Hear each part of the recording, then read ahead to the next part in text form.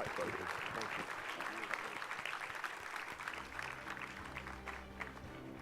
Very good. Oh, thank you. You know what he's done? He's put your life and mine and our nation in a necessary historic perspective. And I went to Congress. When I went to Congress in 1972, over half of the Congress had been in the Second World War. And so even though we were Democrats and Republicans, we were able to work together on all kinds of things. One great story about that, I want to hear from Andy, but you know who Bob Dole is? He was gravely wounded in Italy. And he came back, he was barely alive. And he was sent to a hospital in Battle Creek, Michigan. And he had two roommates. He'd never met him before. Danny Inouye was one of them, who was a Hawaiian. 442nd was the hardest fighting outfit in Italy. Danny lost an arm. The other roommate that he had was Phil Hart, who was from an aristocratic family in Detroit, landed on D-Day, and he was gravely wounded. These three men had never met each other, but there they were recuperating. And at night, they would talk about what they wanted to do with their lives, and they decided that public service would be the calling that they would always answer. They all ended up in the United States Senate, Dole, Republican, Phil and Danny, Democrats, and they worked together constantly for the betterment of the country. Well, Dole and McGovern, I think, put together the Food for Peace program. He did, and he was a bomber pilot during World War II. And that's why I said that people had risked their lives, and they weren't throwing them away. And the problem now is you can get to Congress by having a lot of money. And you get to Congress by not talking to anybody across the aisle. And they have no relationships with you. They sleep in their offices. Well, that was before Saturday. Yeah. I think those kids, when I saw them, I was in Tampa, and I was getting up to speak, and they called on me before I was sure, and the first thing that popped into my head was Martin Luther King said that unearned suffering is redemptive. And I said, these kids have been the victims of unearned suffering, but it's given them the strength to continue our struggle to redeem the soul of America. As you watched that the other day, I agree with you, and I think it's moved the country in a way that I didn't anticipate. You got to remember, we had that terrible shooting in Las Vegas. We had the shooting in the Texas church, and we didn't have the same reaction because they didn't have a constituency like these kids who were so eloquent. Well, and they were together. They were classmates. The high school is an extended family. We all kind of, around here, if you went to Washington or Mays or Douglas, it makes a difference. See? And so high school is the extended family in America now. But the kids who held up the cell phone and knowing that they have access to all the world with these stupid things. They have it, but I don't have it. They give me hell because I can never figure out how to find the numbers or put in them, but I can find the books I put in it. And I can make the print big enough so that even I can read. And so I think that I used to have to go all the way to the Library of Congress to get a book. And now they can just type in some numbers. And I'm always arguing with my kids and grandkids, and I know more than they do. But while I'm profoundly expressing my experience, they have Googled something. And they always got a smart-ass answer. Andy, based on your experience with a big movement, and a tough one, this is a tough movement as well, because the gun lobby and the gun owners don't give an inch. They're very well organized. What would you say to the youngsters and to the movement that started over the weekend about what they should be thinking about next? Well, I think that if I learned anything, it's that our movement was more spiritual than it was political or economic. I was just talking to Lance and Ron McGrew and John Bryant back there, and you were talking about the next great movement. This came out of the Rodney King riots. And none of them have a whole bunch of degrees. And I said, how do these guys get to be so self-confident, so full of themselves that they figure they can take on the world? And you know what the answer was? All of them were Soul Train dancers with, what's the guy's name who ran Soul Train? Yeah, and if you don't go to college, if you don't have super rich parents, but if you can develop enough steam to get your little thing on going down a Soul Train line every day of the week, you are somebody. And I think these kids have found a way to sort of come into their own. And I think the Lord works in mysterious ways. And sometimes it's through colleges, and sometimes it's through politics, but you know as well as I do that politics is the last wave to change. And business changes. And I look at Nigeria and I look at Africa, and while everybody was talking about all that bad that was going on in Africa, they were talking about the politics of Zimbabwe. Saying Robert Mugabe, well, in the meantime, Strive Masiwa was building up a network that covered 26 countries in Africa, and he took 2% of the gross and invested it in the education of orphan children. And so as the company grew, they ended up contributing to the education of 450,000 students across Africa. They sent 40 of them here to Morehouse and Spelman. And the only black Rhodes Scholar we had last year anywhere in the country was one of those kids off the streets of Zimbabwe that came to Morehouse. Now, the Lord has a way of putting things together that we don't always understand, but you helped us understand the Second World War and the genius of Franklin Roosevelt and that great generation. There'll be another one coming soon, and this may be it. Well, it'll be interesting to see what happens this next year. Republicans are now bailing out running for re-election in the House. I don't like that. I don't, you know, I like a two-party system. Well, I agree with that, but I was going to say about your party, however, I think that they also have to have a platform. It's not just enough, it's our turn. Where there's no vision, the people perish. And we don't have a Democratic vision right now, or Republican vision. Where would you tell them to begin with that vision? I think we've got to embrace the global economy.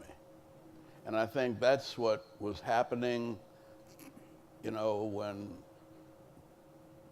Obama and every president all the way back to Eisenhower understood that the world could not survive without American leadership. So all these treaties that people are against, because we're giving other people a chance, really were a nonviolent way of helping. I mean, we ended more poverty in China and India. We cut the poverty of the world in half by extending democratic capitalism. And China is more capitalistic right now than we are, to India and China, and that's not bad. Japan was our enemy. Germany was our enemy. When they became friends, we invited Germany here. And you know, Atlanta has 3,000 German companies that have come here. And because we invited Lufthansa to fly here into the world's busiest airport. And we said, through Coca-Cola, you know, your businesses are growing faster than the European population. if you're going to stay in business in the next century, you got to be in the U.S., and the best place is Atlanta. Now what I'm saying to business is, if you're going to be in business in the next century, you got to go to Africa. There'll be 9 billion people on the planet, and 4.5 billion of them are going to be in Africa. You cannot be in business if you don't have a place in Africa. And Coca-Cola knows that. Yeah, no, I know they do. And Google knows that. My granddaughter they took her out of Howard University and took her out there and made her leave electrical engineering and go into computer science. And she hadn't been out a year yet. And they've had her in Africa lecturing on something, twice already. And because they know that that's where the markets of the future are. Well, not only that, but I'll tell a small personal story. My wife, we share the same values. We grew up together, and I always say that she puts Martha Stewart in second place. Went to Malawi, we're a very poor country. And she went there to help a friend with school for AIDS orphans. And she met all these women selling tomatoes on tabletops all over the country. And she said, well, what do you do in the rainy season? They said, well, what do you mean? She said, how do you preserve? They didn't know what preserving meant. She said, you can the tomatoes. They didn't have any idea. She came back. She took 4 of her friends, taught them how to can tomatoes, loaded up cargo containers. It's now in its 6th year. Good. They have a booming tomato sauce business. So all the restaurants, all the embassies, and the women divided themselves up. They figured out who would be the best financial person, who would be the best in the fields, who would be the best organizing, however they were going to do it. And it just took one person to say, you can do this, if you want to do it. And it's given them a lot of pride. What church did she grow up in? Pardon me? What church did she grow up in? She grew up, she's an Episcopalian. Mm-hmm. No, I'm saying that the Episcopalians in England gave Martin Luther King a degree 50 years ago, and I went back there last year, and they were bragging that in Newcastle, they had a fundraiser in 1790 for Frederick Douglass and the abolitionist movement. Surprised. So I'm saying that's one of the things that Jimmy Carter understood, and that I grew up in missionary schools. My parents had a chance to go to college because of congregational missionaries, but also Nelson Mandela. And the mission schools in South Africa educated the people of an African National Congress. I also found out, I went to a Presbyterian school in Korea and got another honorary degree, but the most important thing was I got an education and awareness that this North Korean fella, his great-grandfather was a graduate of this Presbyterian missionary college. So when we think they're buffoons and crazy, you got to stop and realize 5 generations of liberal arts college passing on. Now their fathers and grandfathers probably went to Russia and China, but it means that they have a global educational philosophy, and we can't play people like that cheap and think we can push them around and take advantage of them. They can do something stupid and win. One of my major concerns about the current state of play, I mean, the digital universe is a great, big, transformational idea. No question about it. It's going to last for a long, long time. We're just at the beginning. I was talking to Bill Gates about artificial intelligence. And I said, where are we? He said, we're this far into it, it's just going to explode. On the other hand, the use of digital media can be an instrument as well of destruction, because you don't know where it comes from. And people are making up stuff out there, and it's very sophisticated in how they make it up. It looks like it's got a lot of credence to it, and it's well-rooted.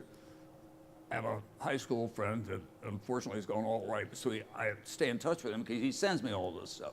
The last thing that he sent me was a Baltimore Sun newspaper article by a byline, Baltimore Sun, about a man who said African Americans are not equipped to compete in the Western culture. And this is what we've got along here. He said, well, what do you think of this? I said, It's the 6th time I've seen it under different bylines in different newspapers. It's been made up and passed around. Oh, I didn't realize that. I said, but that's what happens, Andy. Yeah. Is that it's poisonous, and once it gets Except we don't believe it. we don't, but a lot of people do. I mean, Unfortunately. that John says it doesn't matter what anybody else calls you; it's what you answer to. Yeah. And I think that well, you remember how they trashed Martin Luther King for simply saying, when they said, "What do you think of China?" He said, "Well, 800,000 people will not disappear." Yeah. Simply because we refuse to admit that they exist. And I mean, every liberal newspaper in the country criticized him for that. He should keep his mind on civil rights. He doesn't know anything about foreign affairs. Well, hell, he didn't. I mean, the same couple that got Coretta out of Marion, Alabama, and helped her get an education, and who were good friends of Martin and Coretta for life, were the founders of the Free China movement. And so he was getting regular contacts. It was just like his understanding of Vietnam. Thich Nhat Hanh came to Atlanta and sat down with him and explained to him why the Buddhist monks were setting themselves on fire. And he had an understanding of Vietnam from the perspective of the Buddhists. Now, Kissinger and Nixon and nobody had stopped to think that maybe the Buddhists have a point of view. But they also forgot that Ho Chi Minh, if they ever knew, Ho Chi Minh went to Boston University about the same time Martin Luther King did, and was a pastry cook, chef in the leading hotel there in Boston. And so we have to look at the world with more respect. And the only president that I know that has done that was Jimmy Carter. And because Jimmy Carter respected people all over the world, we didn't have an American soldier killed for 4 years, and no American soldier killed anybody in battle. And so I think that there's been something quietly going on here. We're burying Zell Miller today. Zell Miller gave us the Hope Scholarship and made it possible for a long time, because of the lottery, that anybody that had a B average and could make 1,000 on the SAT could go to any Georgia college free. And that'll get him into heaven. Why isn't there more of that kind of intra-party cooperation and views about what needs to be done? Well, I think because the Republicans got too smart for their own good. They took these state legislators and legislatures, and when they had a chance, they drew the districts so that nobody but a Republican could get it. Only thing is, that meant that the reasonable, middle-of-the-road Republicans couldn't get elected. Only the extremists. Now, the thing that keeps Atlanta straight is nobody can beat John Lewis. There's nobody black that can run against him, and there's nobody white that can run against him. See? And he'll be congressman until he dies. See? And we will have a moderate district that will respect everybody's interest and represent everybody's interest. But if it were either too black, and if a city has a district that's too black, then it goes to a left extreme, and we're still a minority. And so just because 10% of the people can get a unanimous opinion, you're still 50% short, because it takes 60% of the votes to make change politically. Now, it doesn't in business. And that's why business and technology and medicine are making advances so much faster than politics. Final question. I'm going to preface it with just a little something. I have a daughter who's a doctor in San Francisco, an ER physician. Worked on the border of Pakistan with Afghan refugees, worked in Gabon and Africa. She's to the barricades kind of liberal, and I have to keep saying to her, rage is not a policy, Jennifer. You've got to organize. You've got to figure out what you want to do. At this stage, and I also say to her, look, I lived through 1968. That was as dark a year in my lifetime as I can remember. Dr. King and Bobby and 15,000 dying in Vietnam and on and on. At this stage, are you a pessimist or an optimist? For me? Yeah. I'm a visionary. And I tell you why. I know, and this is, we all quote Martin Luther King, but this I quote Ralph Abernathy. I don't know what the future may hold, but I know who holds the future. So I'm not worried. The earth is the Lord's and the fullness thereof. The trees and they that dwell therein. He's told you, old man, what is good and what does the Lord require of you, but to love mercy and to do justly and to walk humbly with your God. We want to end on that. Thank you. I want you to have that. Oh, I really thank you. Can I make a motion? Can I ask Operation Hope's Board of Directors to find a way to get us some of these and see that we have them and that we adopt this World War II all-American symbol as a means of staying in touch wherever you are. Keep your little Tom Brokaw World War II clicker in your pocket, and you can be the part of the next greatest generation. Thank you. Thank you. Where do you get these? World War II.